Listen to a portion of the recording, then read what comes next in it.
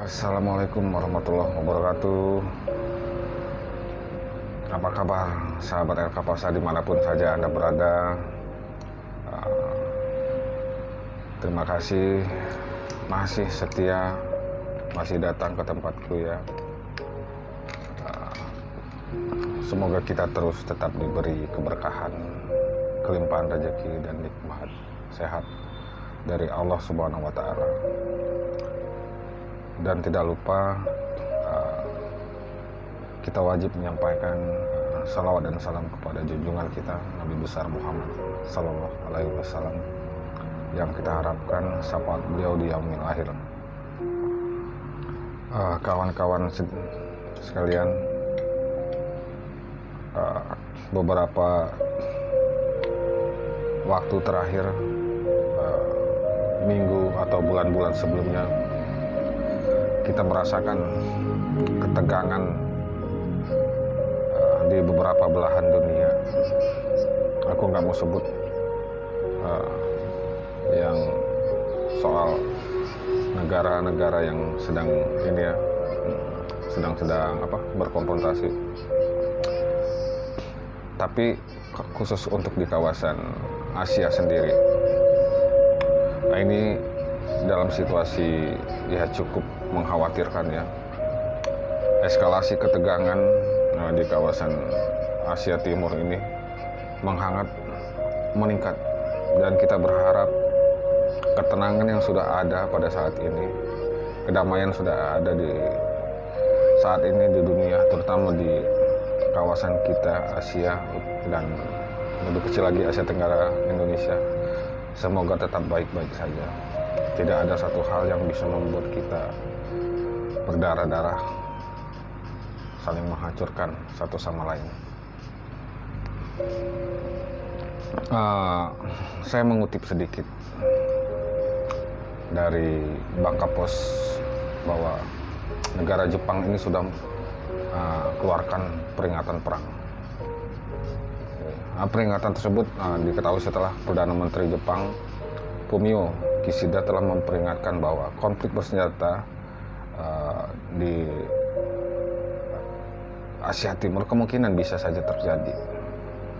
Karena apa? Perdamaian dan stabilitas di Selat Taiwan menjadi sangat penting bagi Tokyo dan komunitas internasional. Jadi Fumio ini menginginkan mewakili negaranya harus adanya kolaborasi dengan negara-negara yang berpikiran sama, yang tidak pernah mentolerir upaya sepihak dan mengubah status quo dengan penggunaan kekuatan di Indo-Pasifik, terutama di Asia Timur, ujar Kishida dalam pertemuan dengan Perdana Menteri Inggris Boris Johnson pada Kamis Mei 2002 lalu. Kishida mengatakan Jepang tetap berkomitmen pada masalah seputar Taiwan yang diduga ingin dikuasai oleh Beijing. Caranya apa? Yaitu diselesaikan melalui dialog.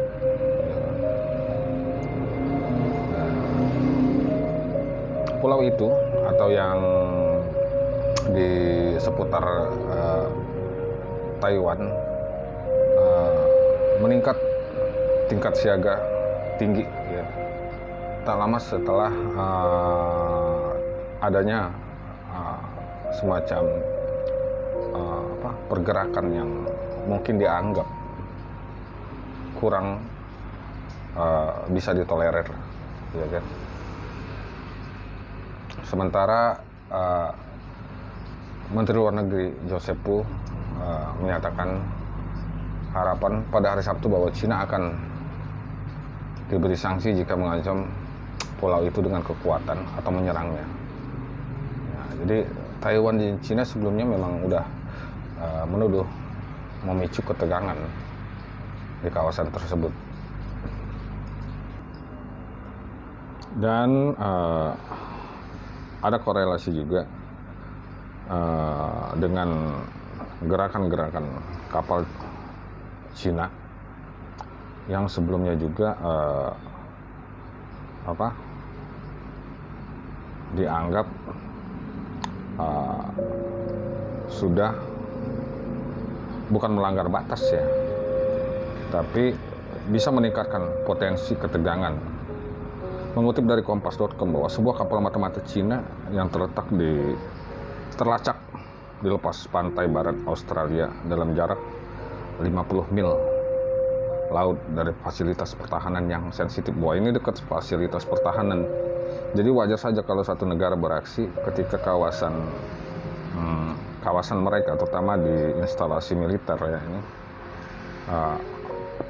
ada gerakan-gerakan dari pesawat ataupun kapal laut dari negara luar yang mendekati. Jadi wajar saja kalau timbul kecurigaan. Inikah bagian dari spionase memata-matai atau memang ada maksud-maksud tertentu. Nah, laporan tersebut disampaikan Australia pada Jumat 13 bulan 5 2022. Ini meningkatkan kekhawatiran tentang perilaku Cina di wilayah tersebut. Seperti kita tahu ya, banyak kejadian termasuk dengan Indonesia sendiri ya, di perbatasan ataupun di Laut Cina Selatan yang berdekatan dengan di Indonesia ini sudah banyak potensi konflik yang bisa saja terbangun. Nah, aku rasa kawan-kawan juga tahu lah semua itu. Dan PM Australia Scott Morrison mengatakan bahwa kapal Angkatan Laut Cina ini tidak berada di perairan teritorial Australia, tetapi kehadirannya memang mengkhawatirkan. Jadi wajar saja ya didekati begitu.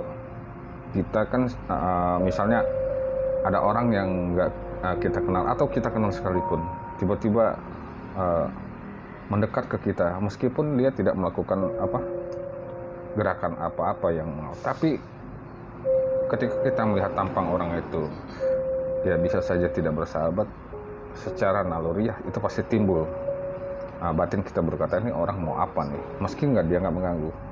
Itu kira-kira begitu analoginya yang terjadi pada Australia ketika perairan dekat teritorial mereka didekati oleh Cina. Nah, jadi menurut Scott ini jelas sebuah kapal mata-mata dan mereka melihat kami dan kami terus mengawasi mereka, jadi saling melihat gitu ya. Australia memang telah melacak kapal mata-mata itu selama sepekan terakhir saat berlayar melewati stasiun komunikasi Angkatan Laut Harold E. Holt di Exmouth, sebagaimana dikutip di Kompas.com pada Jumat 13 Mei 2022. Jadi stasiun tersebut digunakan oleh kapal selam Australia AS dan Sekutu, sebagaimana dilansir Reuters. Kedutaan Cina di Australia tidak segera menanggapi permintaan komentar dari Reuters ketika dihubungi dengan adanya peristiwa tersebut. Sementara di saat yang sama yang berdekatan bahwa ada agenda besar di Australia, yakni pemilu pada 21 Mei. Dan pertanyaan tentang ancaman keamanan nasional yang ditimbulkan oleh Cina menjadi salah satu kampanye utama. Cina memang lagi jadi trending topik ya, karena dengan kekuatan kemiliterannya yang sudah dibangun luar biasa selama beberapa waktu terakhir. Menurut Scott, dia pikir adalah itu tindakan agresi, terutama karena terjadi begitu jauh ke selatan, termasuk pengaruh Cina di Australia dan kawasan Pasifik. Dan sejumlah kapal Angkatan Laut Cina juga telah terlacak di lepas pantai utara dan timur Australia beberapa kali dalam beberapa tahun terakhir. Kapal-kapal Cina yang sama memantau latihan Angkatan Laut Australia dengan militer AS di lepas pantai timur tahun lalu. Pada Februari, Cina dan Australia bertukar tuduhan atas insiden di mana Australia mengatakan salah satu pesawat patroli maritimnya mendeteksi laser yang diarahkan padanya dari Angkatan Laut Cina. Jadi, ini super ketegangan ya, meningkat terus. Kita berdoa saja kawan-kawan supaya yang seperti yang saya bilang di awal tadi tidak terjadi hal-hal yang tidak kita inginkan. perdamaian dunia apakah memang bisa terus damai dan terwujud?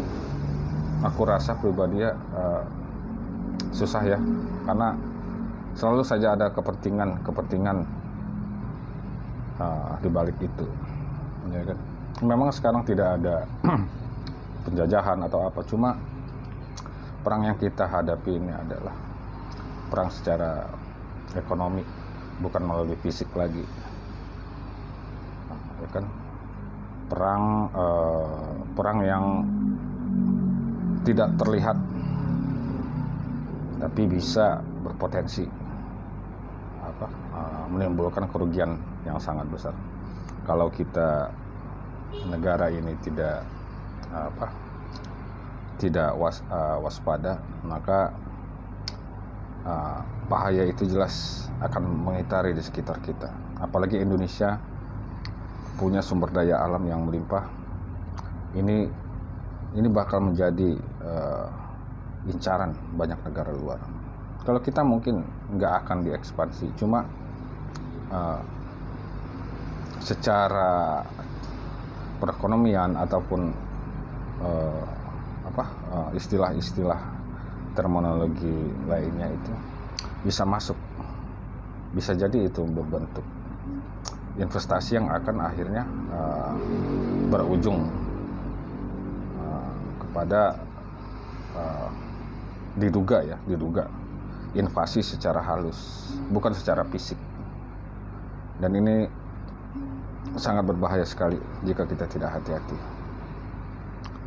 Oke, demikian begitu saja dari channel Ecek-Ecek ini. Mohon maaf kalau penyampaiannya kurang pas ya, maklum, namanya ilmu public speakingnya kurang. Tapi paling tidak mudah-mudahan apa yang saya sampaikan ini menjadi informasi yang bermanfaat. Oke kawan-kawan sekalian, terima kasih dari saya. Salam sehat selalu. Wassalamualaikum warahmatullahi wabarakatuh.